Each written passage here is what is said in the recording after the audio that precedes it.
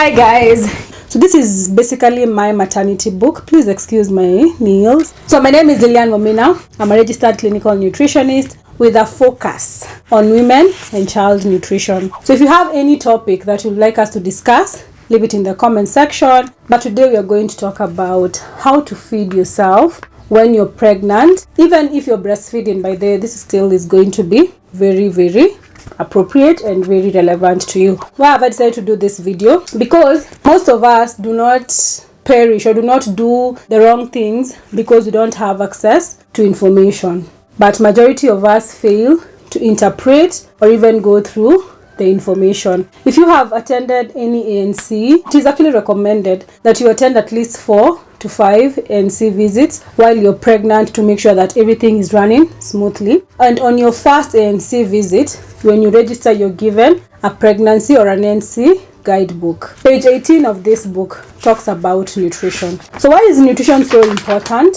Poor nutrition, that is basically deficiencies, has been associated with poor pregnancy outcomes. It can lead to premature birth, low birth weight babies, miscarriages and stillbirths, anemia. It is associated with headaches. It is associated with dizziness. So we need to try as much as we can to follow through. It is very easy to go through this. So the first thing is on the food groups. You can do at least 7 of these food groups a day. When you take up the different foods from the different food groups, you're increasing your availability of different various nutrients. Like for instance, you see if the first food group, we have the grain and the grain products and other starchy foods. They provide energy and important minerals such as iron and calcium. And while you are pregnant, wholemeal cereals are healthy and they contain more nutrition. So you ask what food sources are going to give you all this. These are basically the maize, ugali. If you can do the grade 1 or the one that we get from our shamba, that will be great. If not, when you're going to buy in the supermarket, please get the grade 1 as opposed to the highly sifted ones. And then we also have brown wheat or unprocessed wheat. We also have breads. If it is possible for you to bake, I actually recommend it because you are going to make sure that you can preserve the nutrients and you can also have additional nutrients. You can use alternatives that are healthier. Instead of sugar, you can use things like banana, and this actually add the additional fiber, potassium, energy, and all these good things that come with a banana. You can also do better oils and fats. I recommend ghee. It's very tasty. You can use butter instead of margarine. You can increase the density and the nutrient composition of your bread. You can have flaxseed. You can add chia seeds to your bread and they actually come out really nice. The second food group, we have the pulses, or basically the legumes. We also have the beans, the peas, kamande. We also have njahe that people don't like, and they are good sources of protein, energy, iron, minerals, and other vitamins. And you see, when you are pregnant, your nutrition needs increase significantly because your blood needs increase, your water needs. I am drinking like 5 liters of water a day, and if I make a mistake of sleeping throughout the night, in the morning I wake up so dehydrated. So I have to make it a purpose for me to wake up at night and drink water so that I can ensure that this baby has enough fluids, I have enough blood flow, I don't get dehydrated, I don't get headaches, I don't get fatigue, and all these conditions that are associated with dehydration when you are pregnant. It is also a good way for me to avoid overeating because I know for a fact that I am supposed to have an increment of nutrition, or actually nutrient intake, when I am pregnant. During the first trimester, the increase might not be so significant because if you are doing a healthier meal practices before pregnancy, the increase in the macros, that is basically the big foods, that is basically the carbohydrates, the proteins, and the fats, is not so significant. But of course, you will need an increase, or you need to ensure that you maintain an adequate supply of the minerals and the vitamins, the kina iron, the kina folic, the kina calcium, and all that, to ensure that the baby is not exposed to intrauterine developmental issues. So it is very important, again, for you to optimize your nutrition for the different trimester. When you get to the second trimester, now your energy needs increases significantly. Now you can actually have an additional 1 or 2 snacks because you need like an extra 350 kcals per day. If you are taking like 2000, that is for me, you can now go up to 2350 or even 2500 if you're really active. The baby size increases, so you also need to ensure that you're increasing the quality protein, the quality fats, the quality carbohydrates. You're also taking up adequate water to support your metabolism. Remember now, you are housing a human being inside you. They need to make sure that they are removing their toxins, they're taking up their nutrition, so your metabolism is heightened during this phase. Then the third trimester, of course, now you can go up to 500 kcals a day. Again, this is all dependent on how active you are during your pregnancy. For someone like me, getting to 500 will be okay, will be ideal. And I know we all don't want the weight gain. You can look at the way my face is so round, my arms, they're so big, and my stomach, I'm approaching 80 kgs. But I know that my body is preparing to make sure things are okay. Am I really eating unhealthy? No. Do I have cravings? Yes, I do. Of course, I have preferences of certain foods, but I don't have those strong cravings that I have to eat maybe fries every day. No. But I am making sure that I am keeping off those cravings with making sure that I do better practices. I have sim, I have nuts, I have dates, I have fruits, yogurt, I have mala, natural malas to snack on the go. I also get to have my biscuits every now and then because I want them. So I will have peanut butter on them, and this will actually make me not eat so much as opposed to when I was eating the biscuits alone. I hope we are together and getting some insights on how we can actually improve our nutrition during pregnancy. So let's go to the other food groups, and then we come to the nuts and seeds. These are basically my favorites because that is what I am snacking on. They are good sources of protein, great sources of energy, minerals, vitamins, and healthy fats. I have given you a good way. If you cannot actually stand the seeds, you can bake them. I promise you, you won't even feel like you're eating them. The taste changes. Just make sure that you have something else. You can do flavors like lemons. You get the lemon zest, not the lemon flavor like yongozi and ndimu. You grate it, and then you can add things like maybe chocolate. You can add things like maybe cocoa for taste and all that. You'll not feel the seeds, but you'll still have a healthier snack that is going to nourish and promote your nutrient intake for the day. Very much recommended. So for the nuts, we have cashew, almonds, we have walnuts, we have Brazilian nuts, we have peanuts, and for the seeds you can do pumpkin seeds, you can have sesame, you can do flax seeds, you can do fenugreek. All these are great. And then we come to dairy. Of course, your calcium intake is actually very much heightened because now the baby needs to form cartilages, bones, and all that. You also need protein. You also need the extra fats that come from the dairy. So they are a rich source of calcium, and they are important for healthy bones and teeth. You see those women who complain that when I am pregnant, I have to lose a teeth. That is malnutrition. When I am pregnant, I lose all my back can no longer work. When you're pregnant, your mobility, your hands, your fingers, your joints are not working. That is a sign of malnutrition. Because remember that the priority of the body when you are pregnant, let me just give it to you very clearly because it's not so nice, is the baby. The body will do anything to make sure that the baby is being well fed, the baby is well taken care of, and the baby is protected. So if you, the mother, do not optimize your nutrition, my friend, we're going to have it rough. So let's take our dairy products. We can do fresh milk, you can do natural yogurts, you can do cheese, you can do butter, you can do mala.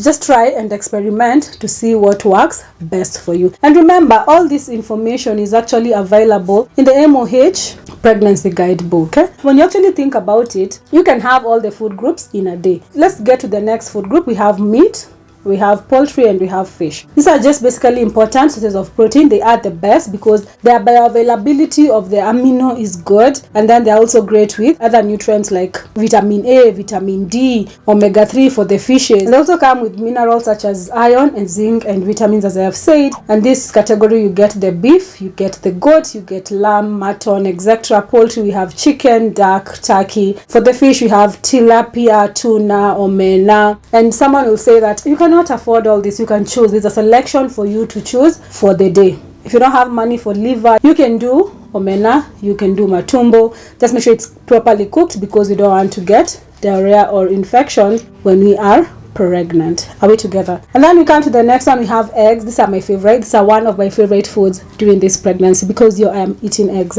So eggs, they are good sources of protein, minerals, and vitamins, and you can get them, of course, from chicken, duck, quail, etc. But of course, if you are in Kenya, the most available source is the chicken. So you can do your eggs. You can do 2 or 1 a day. It's okay. And then we also have the dark green leafy vegetables that we have to have them. because they contain a variety of minerals, vitamins, and this protects you and your baby from diseases. They also boost your immune system, preventing you from getting small colds here and there. And this you can get them from the pumpkins, kuma, terere, spinach, all those green leafy vegetables and the kienyeji ones. And of course, we also have other vitamin A rich fruits and vegetables that come with vitamins and minerals such as vitamin C, folate, vitamin A. And here we have ripe mangoes. The mango season is in, so let's have our mangoes. We also have papaya, melon. I've just had melon. I've had my mango for the day, feeling great. We also have carrot, pumpkin, and then the orange fleshed sweet potato.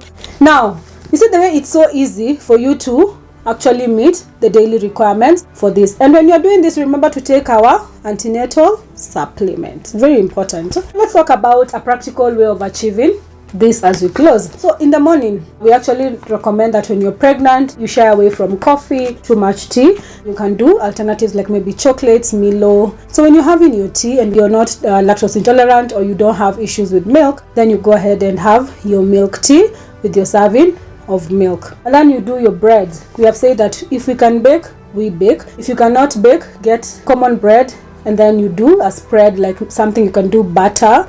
You get in your dairy. You can also do peanut butter. You get in your nuts, and then you can have a slice of avocado or a banana. You get in your fruit. You've already had like 4. And then now if you're doing eggs for breakfast, even better, because you'll have an additional food group. That's already 5. Then for lunch you do rice and beans and avocado and cabbage. That is also another additional intake. And then for your snack, you can do nuts, you can do fruits. You see, it's not as challenging as people actually make it. You make it like eating healthy is so hard, it's so expensive, it's so difficult. No, it's not. It's just that we have normalized unhealthy eating habits that we think that someone is actually going out of their length to actually meet daily requirements through healthy eating. It is very, very possible, and with pregnancy or breastfeeding, it is highly recommended. As I have said, with pregnancy you need like 1 or 2 additional snacks, and for breastfeeding, especially if you're doing exclusive breastfeeding, then you might need 3 to 4 additional snacks. I have been there. I know the hunger, so do not starve yourself during that time, because it will take you badly and you'll start experiencing malnutrition. So remember that with pregnancy, we go to our antenatal clinics, and if unfortunately you attend an ANC clinic that does not recommend or does not provide for nutrition education, please, you can suggest to them. But while at it, make sure that you check out this book, page 18. It has some of the guidelines for proper nutrition during pregnancy, and you can also reach out to Momina, that is me. We talk about how we're going to optimize your nutrition during pregnancy to make sure that you are gaining the right weight, your deficiencies are taken care of, you're supplementing right, because again, supplementation should not replace nutrition. So remember to subscribe. I am going to add to the pregnancy series during this session. Check out that pregnancy playlist and let's meet there. Leave a comment on some of the things that you have been craving when you're pregnant. I told you mine is eggs, and I also do some biscuits here and there. I also love mala. Brooke said she will endorse me because I have been taking that lala a lot. It's convenient for me to carry, and I can carry it with something extra, maybe like sim, and I can snack them as I move around my errands to make sure that I am not fainting, I am not collapsing, and I get adequate and constant energy supply to ensure me and the baby, we are doing well. We are 20 weeks pregnant. The baby is moving. I've not done the gender yet. I think I'm going to be a bit old school here, but anyway, I can't. My patience cannot allow me to be that old school. So preferably when I'm going back to the ANC, because I'll be going there when I'm 24 weeks. So I'll have my sugars checked. And remember, by the way, if your provider does not provide these services, please ask them. If you read through this book, you're supposed to have your HIV test done every 3 months, or at least 3 times during pregnancy and even before delivery, and some hospitals do not do that, so you can ask for it. You're also supposed to have your blood sugars to check on gestational diabetes from the 24th week. So mine, I will request for it when I'm 24th, because where I am going for the various, because I've attended 3 already NC clinics, I'm very serious when it comes to what I preach. I take it serious, but it's my body, so I have to take care of myself.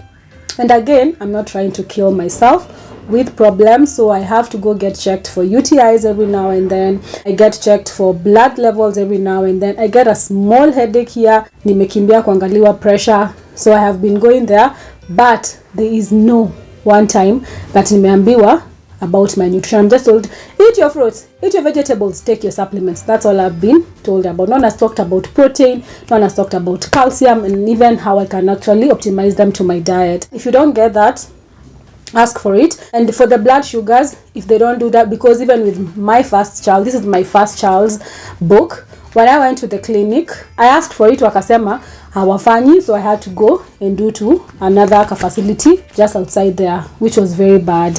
And I hope this time I'll be surprised and they'll actually have the glucose test or the blood sugar test for me ready when I am 24 weeks. So thank you so much for watching. Make sure that you're subscribed. And next we talk about weight gain during pregnancy, because you're already I don't want to say, but we are already 10 plus kgs in, and we're in the second trimester. You'll cry with me, but things will be okay. The baby has to be okay. I have to be okay. So I cannot start fasting, I cannot start dieting, because I will collapse. The body cannot allow it. Let me have a sip of water. Remember to subscribe, and I'll see you on the next one. Bye.